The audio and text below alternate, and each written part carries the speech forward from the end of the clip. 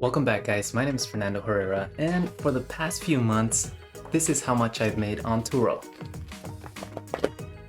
So yes, how about you go to the car dealership right now, go buy 10 cars, list them on Turo, and then you can have some of this too. Alright guys, now that I got your attention, if you're about to hit the dealership and you're about to get your keys and head out, let me just tell you, stop for one moment, watch this video completely because your perspective might change 100% after watching this. Also, to let you know, this is actually fake money. If you see, it's for motion purposes only.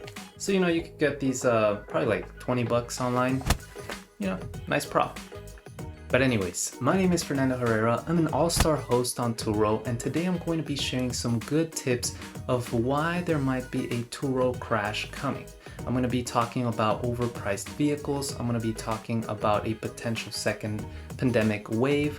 I'm going to be talking about increased competition, and I'm also going to be talking about potentially slower months coming ahead. Now, I'm doing this video because normally I publish videos on all the good things that I do on Turo and how I'm making money on the platform. However, I also think it's important for you guys to understand the risks involved in investing in a fleet, or at least investing in some cars on Turo, especially in this time. So if you are a new host trying to enter the Turo market or being a Turo host, or if you are an existing Turo host and you're looking into increasing your fleet, then this video, my friend, is for you to watch. Anyways, let's go ahead and get down to business.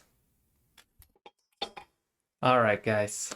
Now we got the business shirt, so let's go ahead and start. Okay, for those of you who are just stopping by my video and who are just about to consider getting into Turo, let me bring you up to date. So Turo is a platform where you can rent your own vehicle and others can use it. Pretty much you get money, you get paid, and others pay you to use your vehicle for a certain time or days.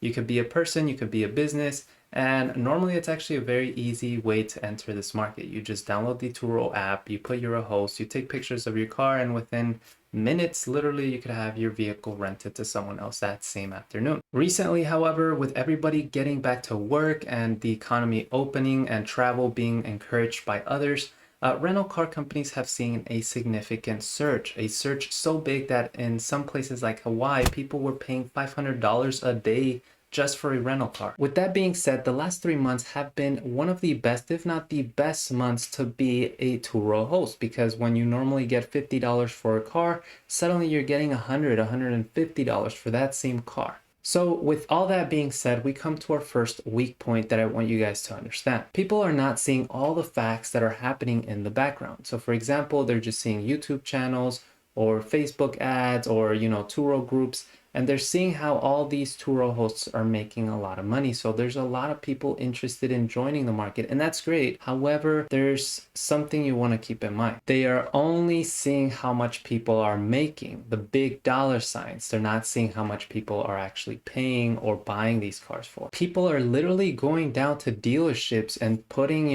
personal loans, getting 2-3 new cars, destroying their credit score just for this.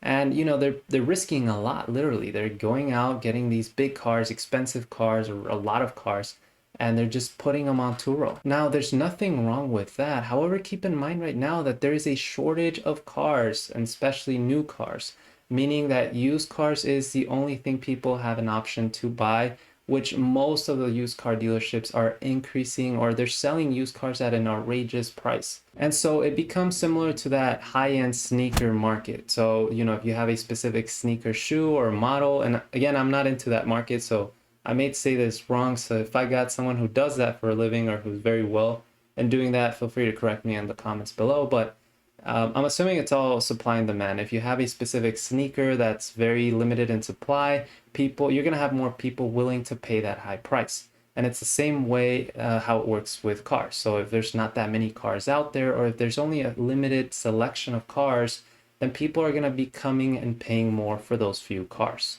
A simple economics rule, which is again the supply and demand. The more supply there is, I guess the lower the price, and the less supply there is, the higher the price that people are going to be paying. So we got people buying Honda Civics for $28,000, prices that you could get them for much lower if they were new, possibly getting monthly payments of around $500 or above. So again, maybe they are able to pay those 500 payments every month without a problem in this market, but once the market regularizes or stabilizes it, they will have a pretty hard time paying those cars off. To put it into perspective, I have my Tesla Model 3, which I bought last year around September.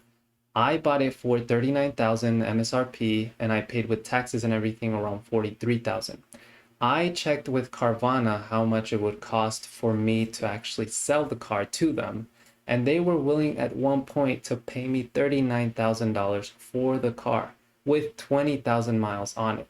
Last time I did check though, it was around $35,000, so it proves a point that, you know, they're actually lowering their offers as we go, meaning that maybe the market is already cooling down. But to me, it was shocking to see that Carvana was willing to pay $39,000 for my Tesla, which I had an open loan of $34,000, meaning I would pocket around $5,000 in profit, you know, which again, to me, is just crazy because I could have just sold it to Carvana, went and bought a brand new model again. Now, I do want to point out, guys, if you are seeing that my colors here are kind of changing back and forth, it's because Las Vegas these last 3 days has been very cloudy, and it just goes from super sunny to cloudy in like less than a minute. So that's why you're probably going to be seeing, you know, the sudden shifts of warmer and cooler tones in my videos. I apologize for that. Lesson to be learned here, guys, is don't go out there and buy a whole bunch of cars. Don't go out there and get a loan, you know, especially right now with the used car prices being way too high. And so I would recommend just wait and see how the market reacts. And, you know, continue watching this video so you can see the other weak points as well. The second point I want to talk about is increased competition. Now, I'm a firm believer that competition is healthy and it's good because it allows us to, you know, push ourselves even further and to really provide the best customer service out there to the consumer. However, at this time, it might be impacting the earnings you're gonna get on Turo. So for example, I have a Tesla Model 3 and I'm seeing a new Tesla pop up on the Turo platform like every single day. And well, again, before I was able to charge $150 for one day for my Tesla, now I'm having to lower it probably to $130, $129, and I'm going to be able to go as low as $40 because that's my break even. Now, again, I'm not too worried about this point because all you got to do really is just differentiate yourself with reviews or keep lowering your price. However, going back, or I guess to further elaborate on our last or first point, if you suddenly bought a Tesla Model 3 from Carvana for $45,000 and ended up paying, you know, $48,000, now your monthly payment is $600, $700 a month. I mean, you're not going to be able to compete with me that I'm going to be able to drop my price all the way to $40 if necessary to break even. Compared to you, you're probably going to have a $60 or $70, you know, price that you have to charge, or else you're going to be losing money. So that's what I'm trying to point out here, guys. I mean, the used car prices are very high. You want to make sure you get a low enough price so that if everybody needs to really compete for that lowest price at the end of the day, you're able to compete and have the lowest price possible. However, I do think this is more of a short-term issue because, you know, there's just so many people joining Turo. There's definitely going to be more market recognition from Turo as we continue to go. Turo is possibly becoming a, you know, public company. So with that being said, there's going to be maybe some nationwide contracts. Maybe we're going to see more people using Turo. And Turo, I do believe they're going to start taking more of that Hertz enterprise rental car market share, which again will ultimately benefit the Turo hosts. And again, there's going to be enough for the pie for everyone. However, in the short term, you do want to have a good plan. Make sure that you have enough cash flow to pay your monthly payment bills. And you never, ever want to be putting out of your pocket just to sustain a gig or a side hustle from Turo. That's why you should really have clear what's your break even on your specific car. In your break even, you should include things like your car payment, insurance payment, depreciation, and maintenance.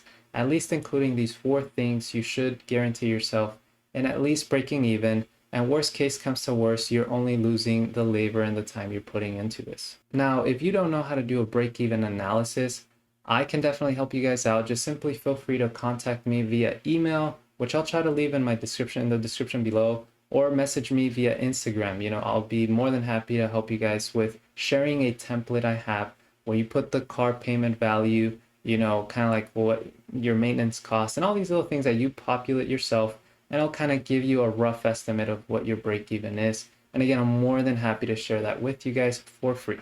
The 4th thing I do want to talk about was the same thing I was talking about in the very beginning of the video. And that is, it would be very easy for me to go to a car dealership right now and drop 20K, buy some cars, list them up on Turo, and boom, now we got a big fleet on the Turo business. I can go out there and make YouTube videos on how I'm making $100,000 in revenue. I'm making a whole bunch of money out of this gig, convincing others to join as well, start selling my courses, giving consulting sessions, and I made it, right? However, that business plan may succeed, but it might not necessarily succeed because of Turo. I like the courses and the consulting sessions idea, but I don't think the Turo business plan would be very successful. And here's why. I would most likely be buying overpriced vehicles. I would be entering a market flooded with new Turo hosts. And there's a possible, again, hopefully not, knock on wood, second wave of a pandemic where there might be more lockdowns. To be honest with you, there is a lot of skepticism out there of whether there's going to be another lockdown. And if there is, it really depends on how many infections we get, how many deaths we get, and all that stuff. But if there is another lockdown and you're having to pay, 4 to 5 to 6 cars monthly payments with very low activity with a market full of Turo hosts, I mean, I don't know if you're going along with this, but it's very, very, very risky, not to mention your personal name is on the line.